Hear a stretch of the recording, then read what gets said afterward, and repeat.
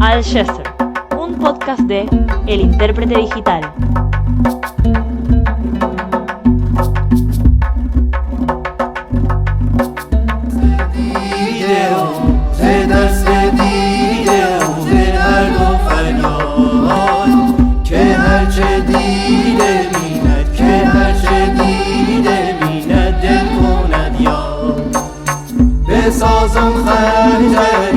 بسازم خنجری میشه فولاد زنم بر دیده تا دل گردد آزاد زنم بر دیده تا دل گردد آزاد زنم بر دیده تا دل گردد آزاد. I'm like the reed shoe, I tell a tale of separation. Let me explain the statement. That's a reference to my mental state when I see tragedies but feel no sensation. Desensitized by events in life is my only explanation. No revelation. Bienvenidos a una nueva edición de Al Jazeera. Mi nombre es Diego Haddad y junto a Bastanus Mahfoud y Jodor Khalid, aquí estamos una semana más difundiendo y analizando todo acerca de la actualidad del mundo musulmán árabe.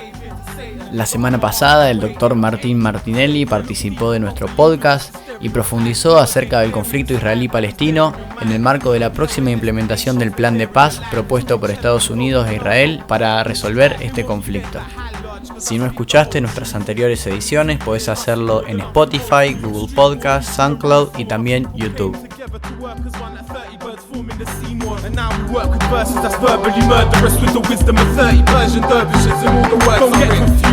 Not just rappers in the studio, we don't record tracks, we perform Sama. Submerge yourself and kill the ego. Ultimate jihad is against yourself, not other people. Ahora sí, comenzamos con lo más destacado de esta semana.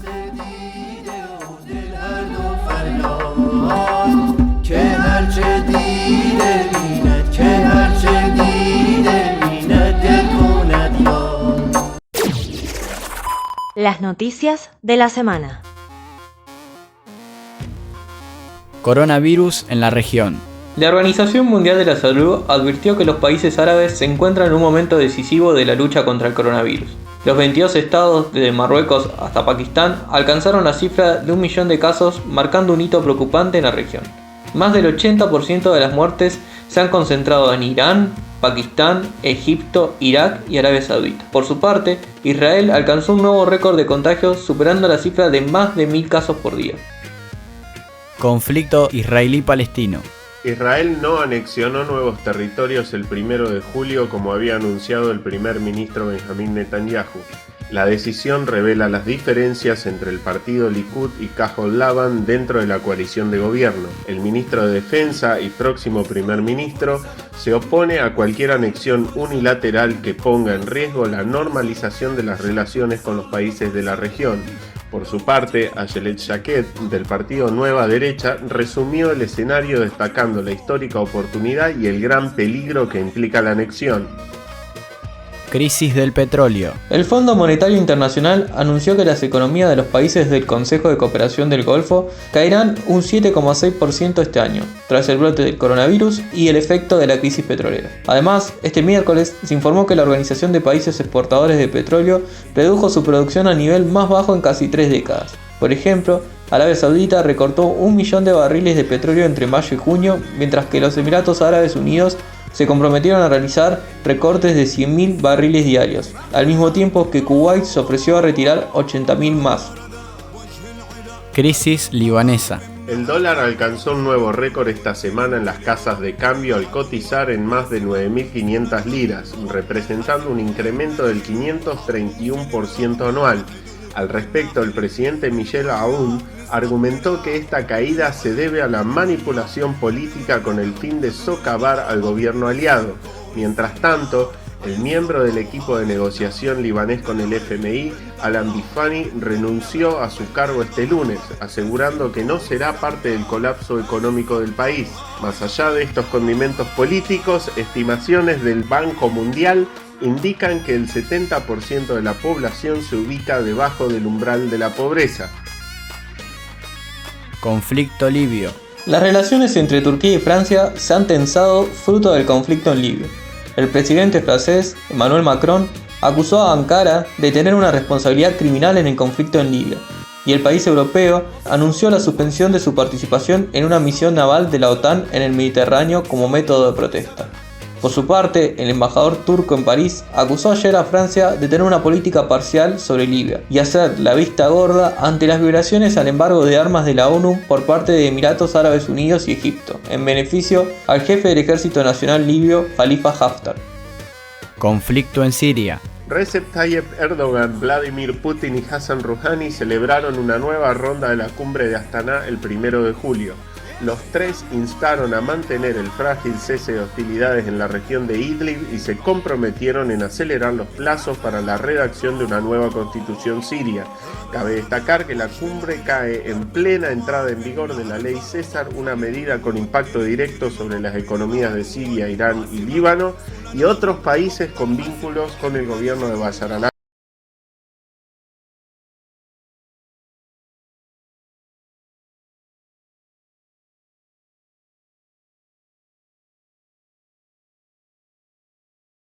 Bienvenidos nuevamente al Yeser. ¿Cómo han visto las noticias de esta semana? La verdad que las noticias de esta semana siguen más o menos una sintonía con la que veníamos viendo en las ediciones anteriores.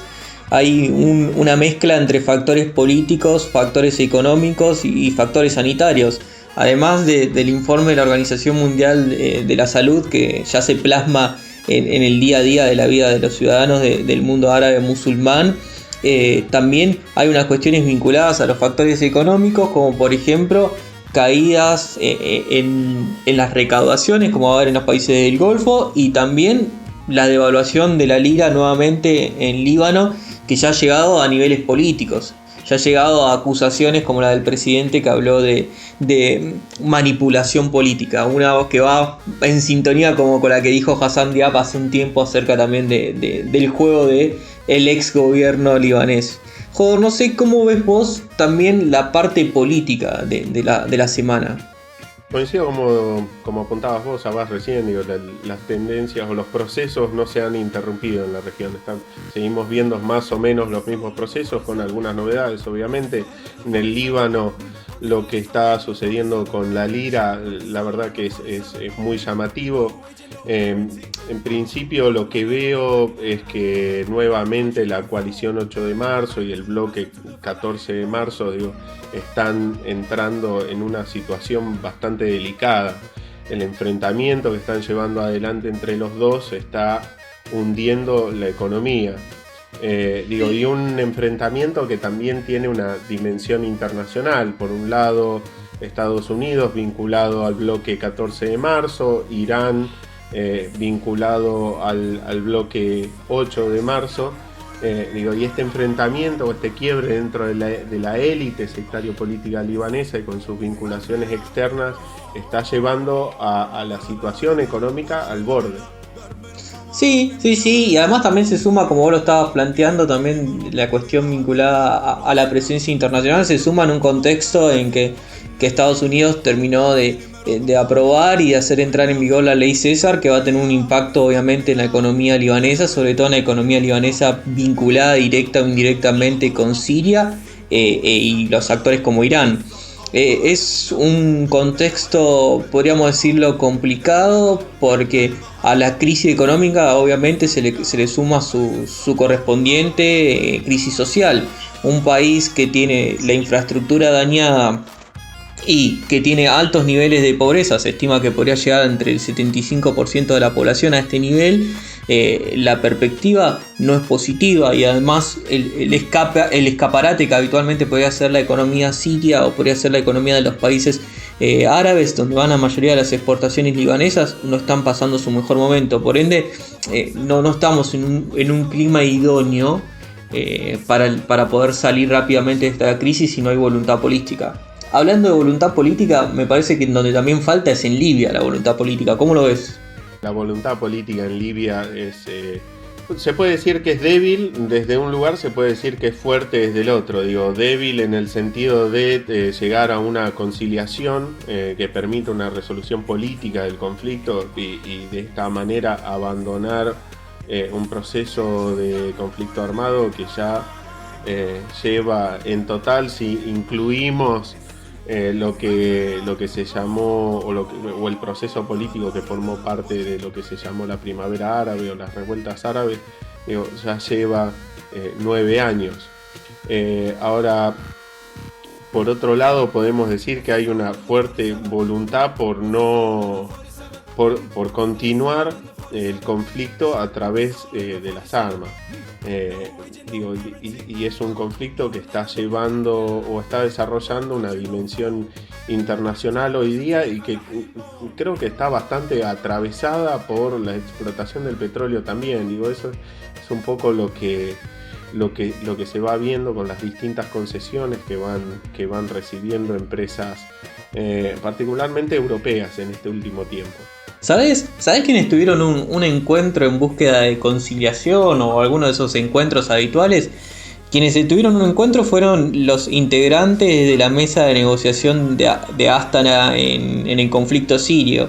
Erdogan, Putin y Rouhani tuvieron una nueva reunión con el fin de intentar avanzar en una cierta conciliación en un conflicto que está estancado por cuestiones sanitarias, obviamente, y está estancado porque las piezas están muy arraigadas en el tablero, y estamos hablando de un conflicto que lleva muchos años y que ha traído daños irreparables para la población siria.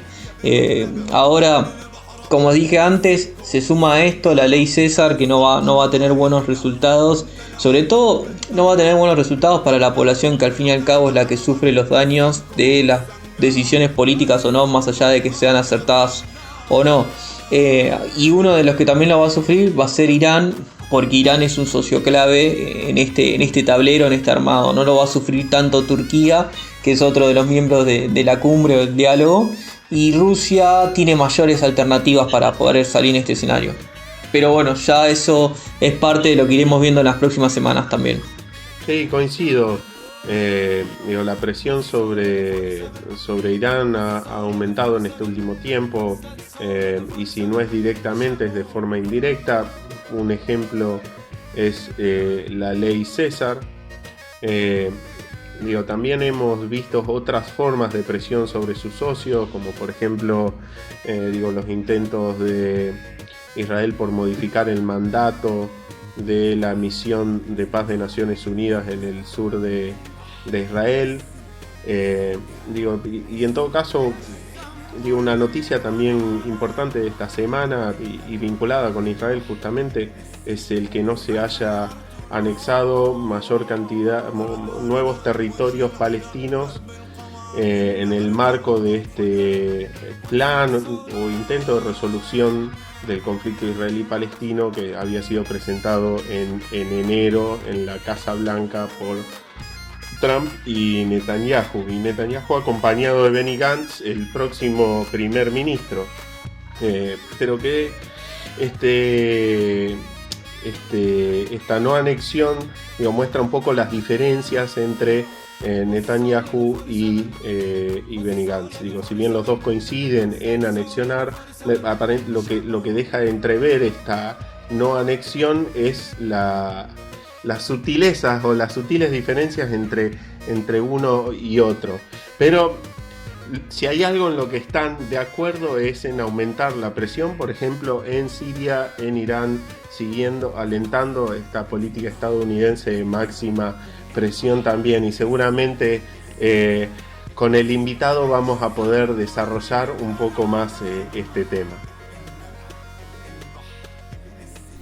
Tal cual mencionás, Jodor, y para profundizar acerca de esta política de máxima presión estadounidense y su impacto en la región, específicamente en Irán, tenemos el agrado de contar con la presencia del profesor Luciano Sácara. Él es licenciado en Ciencias Políticas en la Universidad Nacional de Rosario y doctorado en Estudios Árabes e Islámicos en la Universidad Autónoma de Madrid.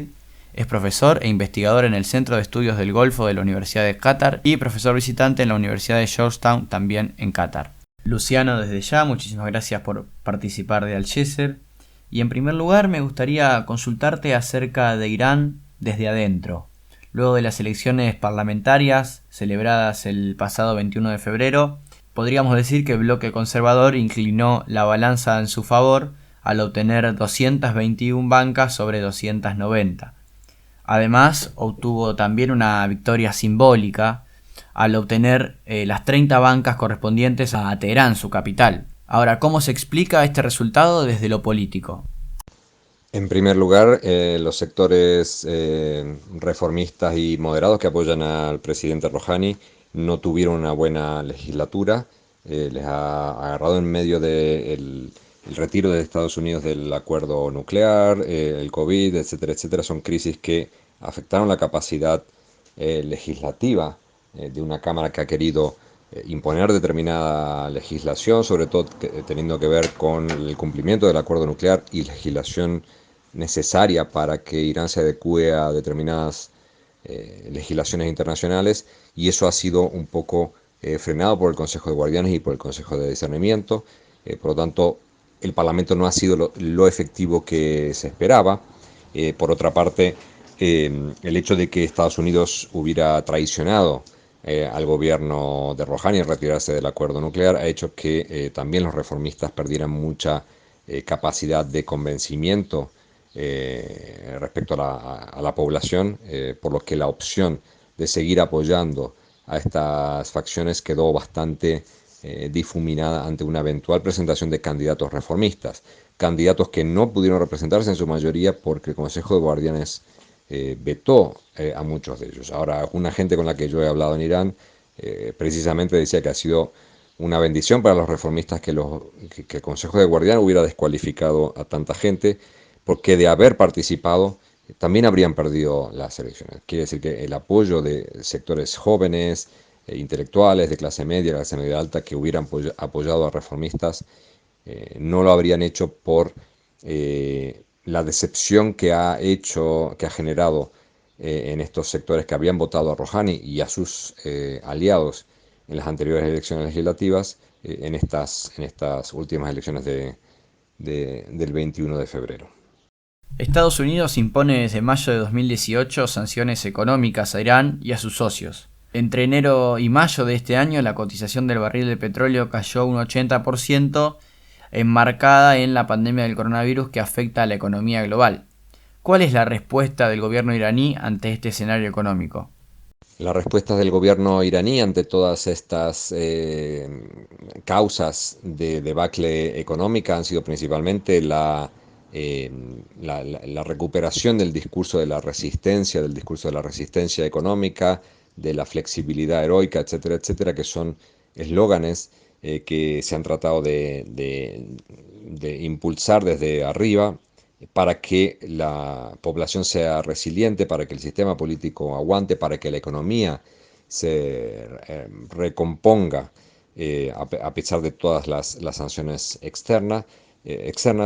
Pero la principal medida que se ha tratado de tomar es básicamente lo mismo que se había hecho en procesos anteriores de sanciones y de aislamiento económico de Irán, que es sustitución de importaciones. Muy claro es desde hace tiempo que la industria medicinal iraní ha sido muy gravemente afectada por las limitaciones en importaciones, principalmente farmacéuticas, que no pueden vender y comerciar con Irán. En algunos lados han sido sustituidas por farmacéuticas indias, en otros aspectos ha sido sustituida por la producción local de drogas y medicinas e implementos necesarios para tratar a la propia población en un sistema de salud bastante ya saturado. El COVID ha hecho que esto se incremente aún más. Al principio había muchos tests de COVID que fallaban, ahora han mejorado bastante. Ha habido mucha ayuda por parte de organizaciones internacionales como la World Health Organization. Otros países como China o Emiratos o Qatar también han provisto de la ayuda necesaria, pero evidentemente no se contaba con la ayuda de las grandes farmacéuticas porque se han limitado mucho las interacciones con el exterior. Por otra parte, hay que tener en cuenta que si bien la caída del petróleo ha sido muy, muy grave en todo el mundo y ha afectado a todos los países petroleros, Irán ya estaba afectado gravemente por la reducción de las exportaciones de 2 millones de barriles diarios antes de la reimposición de sanciones a apenas 100.000 barriles desde que se impusieron las sanciones, y ahora, a la tasa actual de venta de 100.000 barriles ha ido cayendo gradualmente, pero hay que tener en cuenta que Irán ya hace tiempo que El presupuesto del Estado no depende en el 100% del petróleo, sino menos del 50%. Quiere decir que la caída del precio del petróleo y de las exportaciones no afecta tanto a la economía estatal iraní como sí lo puede hacer con otros países que dependen en un 80-85% de los ingresos del petróleo para subsistir. Y en noviembre del año pasado, parte de la sociedad iraní se movilizó en rechazo al aumento del combustible. Luego de una breve pausa, con el asesinato del general Soleimani de por medio, se retomaron las protestas en enero y febrero de este año. Luego, en el mes de marzo, la movilización cesó definitivamente frente a las medidas sanitarias adoptadas para enfrentar la pandemia del coronavirus. ¿Cómo se encuentra hoy el humor de la sociedad iraní? Algunos politólogos iraníes hablan de una normalización de las protestas. Ya ha habido protestas a partir del 2017, 2018, 2019 por distintos motivos. El gobierno le ha dado la razón en muchas ocasiones a la población que protestaba por la carestía económica. Y si bien ha habido represión en algún momento bastante grave, se ha cortado internet, se ha dejado un blackout durante más de 10 días, etcétera, etcétera. No se ha llegado a niveles de represión masiva como ha habido en algún otro momento o en algún otro caso en la región con miles de muertos. No está muy claro cuánto han fallecido. El gobierno hace poco dijo una cifra como de 100, 200, 250, algo así. Algunas organizaciones dicen que eso no es así, pero todavía no se ha dado una información clara. La población sigue estando desconfiada. Hay muchas ocasiones, como el derribo del avión ucraniano o incluso cuando comenzó la crisis del COVID, que la población desconfiaba de la información que se había dado cuenta que el gobierno había mentido, que había tratado de ocultar las cosas y que después salió a recomponerlo, a aclararlo. Eso evidentemente genera desconfianza en cómo se manejan las situaciones. No hay accountability, no hay transparencia, pero la gente ha perdido el miedo a salir a protestar cada vez que cree que tiene que hacerlo. Eso demuestra que la sociedad civil es un poco más madura que lo que era hace 20 o 30 años atrás, y que el gobierno ha entendido que no siempre que se proteste se está pidiendo la caída del régimen, que se puede protestar dentro de determinados límites y que la gente tiene derecho a protestar si hay algo que no va bien. El tema es que en muchas ocasiones, o por una parte, algunas de las protestas han sido bastante virulentas y violentas, por decirlo de alguna manera, y por otra parte la represión ha sido bastante más violenta en las últimas del 2019 comparada con las que fueron en el 2017, por ejemplo. Por lo tanto, el humor no es del todo bueno. Hay mucho resquemor todavía por cómo se está manejando la información en torno a la crisis del COVID, pero también hay mucha responsabilidad. La gente no está saliendo a las calles para protestar porque también se teme en la segunda oleada de COVID lo que pueda generar en términos de contagios.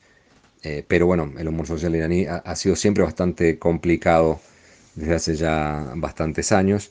Lo que pasa es que no hay un catalizador electoral que pueda hacer que este descontento se convierta por ejemplo, en que unas elecciones la gane un grupo distinto, o que incluso el próximo presidente iraní pueda llegar a ser un presidente mucho más contrario a la versión oficial que la que teníamos o la que vamos teniendo recurrentemente en la política iraní.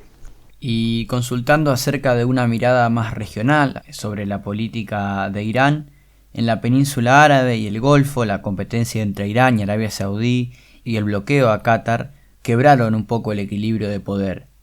Por otro lado, el acercamiento entre los Emiratos Árabes e Israel y la política exterior estadounidense de máxima presión suman nuevos desafíos a cualquier orden que incluya a Irán en un panorama regional. ¿Cuáles son las condiciones para restablecer el equilibrio de poder inclusivo en el Golfo?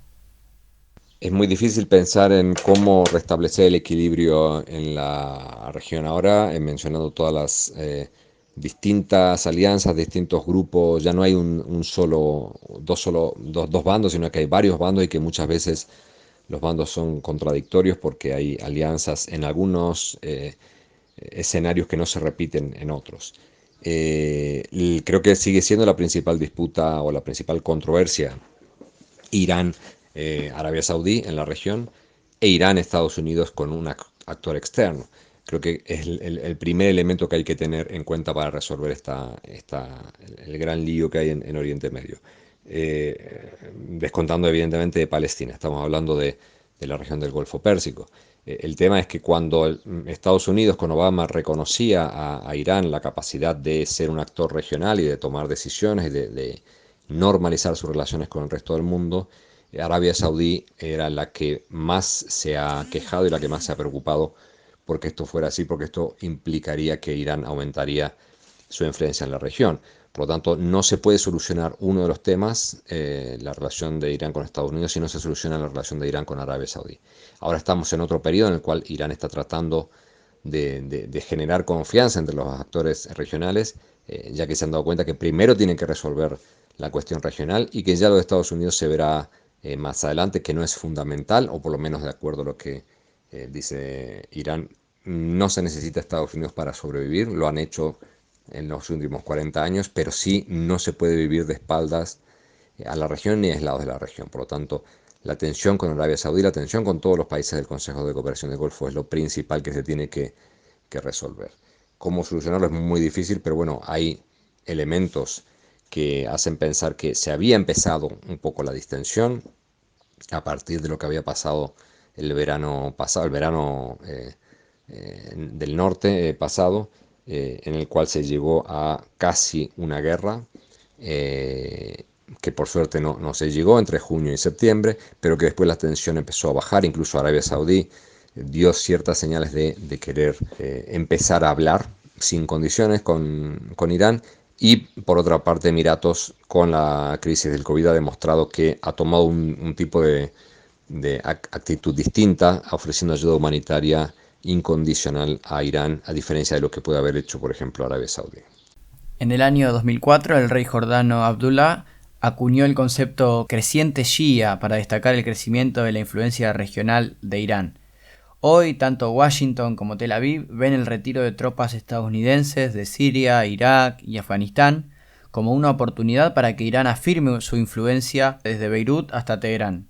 Las recientes protestas en Irak y en Líbano, sin embargo, cuestionan esta interpretación. ¿Cuáles son las vías y formas de influencia regional iraní? Irán tiene muchas maneras de influir en la región. De hecho, una de las características que Irán reclama como parte o como elemento que marca su capacidad como potencia regional es su influencia en la región, ya sea a través de relaciones directas con gobiernos o a través de relaciones con actores no estatales, grupos políticos, partidos políticos, grupos religiosos, etcétera, que de alguna u otra manera están influidos o relacionados con la estructura de la Guardia Revolucionaria, etcétera, etcétera. Y cada vez que ha habido algún conflicto o algún peligro de conflicto, una confrontación con Estados Unidos o algunos países de la región, siempre ha habido declaraciones de oficiales, de religiosos, etcétera, que dicen, bueno, si nosotros queremos, podemos movilizar a todos nuestros aliados en el Líbano, Irak, en el Golfo, etcétera, etcétera.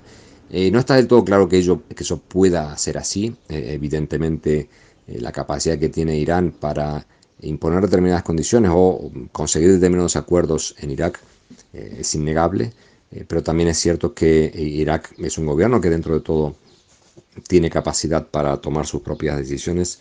Lo que pasa es que hay una relación de simbiosis muy importante. A los dos les interesa estar vinculados.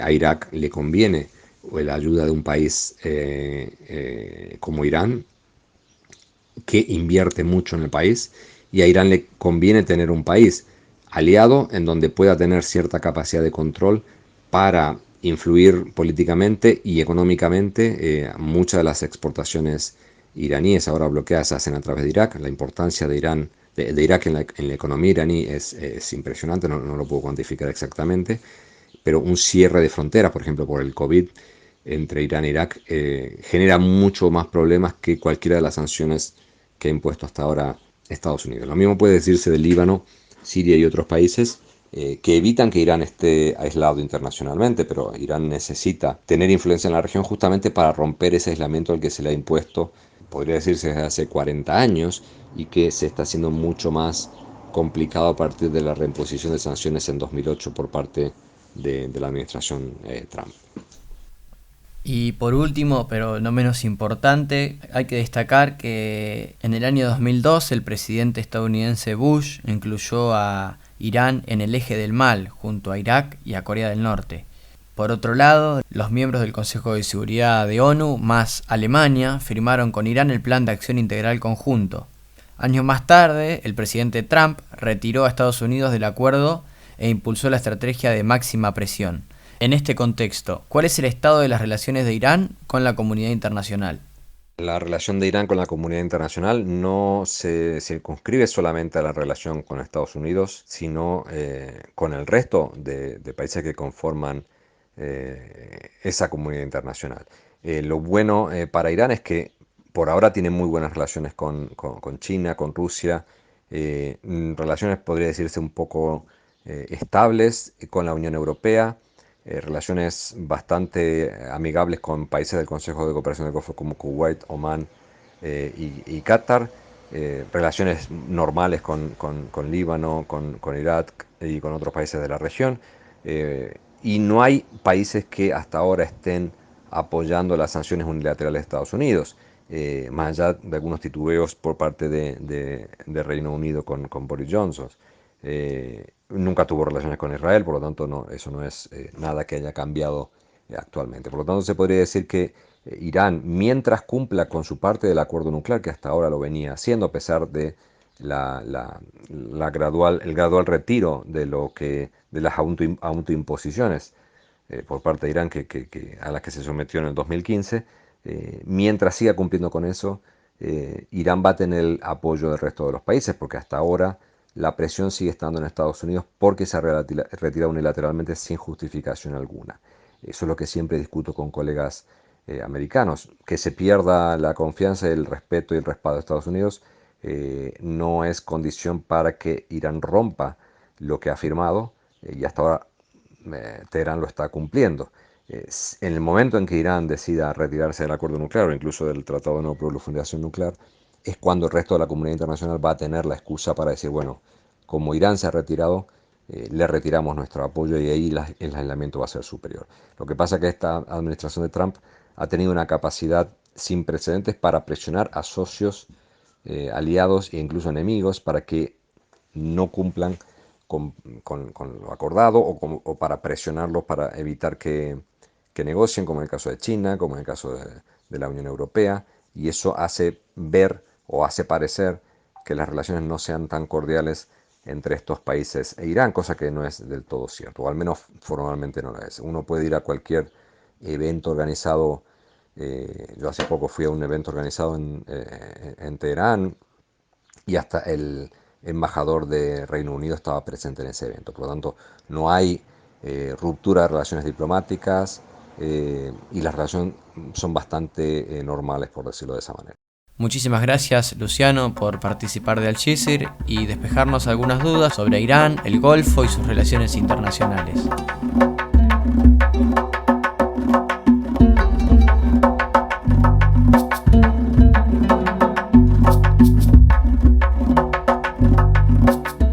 Y como es habitual, el invitado, en este caso el profesor Sácara, recomendó algunos artículos de lectura acerca de Irán y su política exterior. Para conocer más acerca de la historia de Irán, Sácara recomendó un libro del autor Michael Axworthy llamado Revolutionary Iran, History of Islamic Republic, y también Foreign Policy of Iran under President Hassan Rouhani's First Term, editado por el profesor Sácara, que trata de la política exterior de la primera presidencia de Hassan Rouhani. Acerca de la disputa entre Irán y Arabia Saudí, en primer lugar, el profesor recomendó Houses Built on Sand, Violence, Sectarianism and Revolution in Middle East de Simon Mabon, y también destacó el libro Iran and Saudi Arabia, Taming a Chaotic Conflict de Ibrahim Fraihat. دلیل رپم اینه همیشه من از اینه ریدم و مرزی که دارم در عذابم بدون نفهمیه که اگه دیده نباشه دل ساکت ماها قربانیه چشی میزه The reach you, I tell a tale of separation. Let me explain the statement. That's a reference to my mental state. When I see tragedies but feel no sensation. Desensitized by events in life is my only explanation. No revelation. Half of my life's been sufferation. From the loss of loved ones to my peers' incarceration. Sleepless nights I lay awake in contemplation. Debating the purpose of our existence and nature of our... Y llegó el momento de recomendar al artista de la semana. En este caso es el rapero iraní Hikas. Él además es compositor y productor, considerado como uno de los pioneros del hip hop iraní, y sus fanáticos lo apodan como el padre del rap persa. Se convirtió en una representación de la clase más baja de Irán y reflejó las problemáticas de la mayoría de los jóvenes iraníes. Ha sido influyente para muchos artistas de varios géneros y a menudo se lo cita como uno de los mejores raperos del hip hop persa. Su álbum Hangal Asphalt fue el primer álbum profesional de hip hop iraní, donde se encuentra esta canción que nos acompañó durante todo este episodio, llamada Dideh Badel, que presenta un coro de ecos de voces tradicionales de Irán en versos que rapean acerca de la situación actual dentro de la sociedad iraní.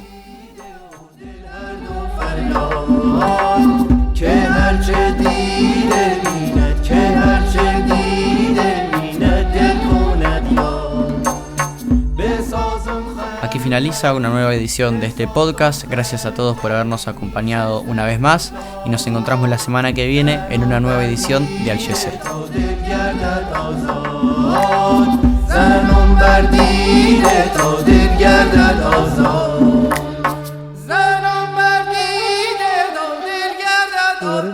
دوباره این صدا نیمن مشکل داره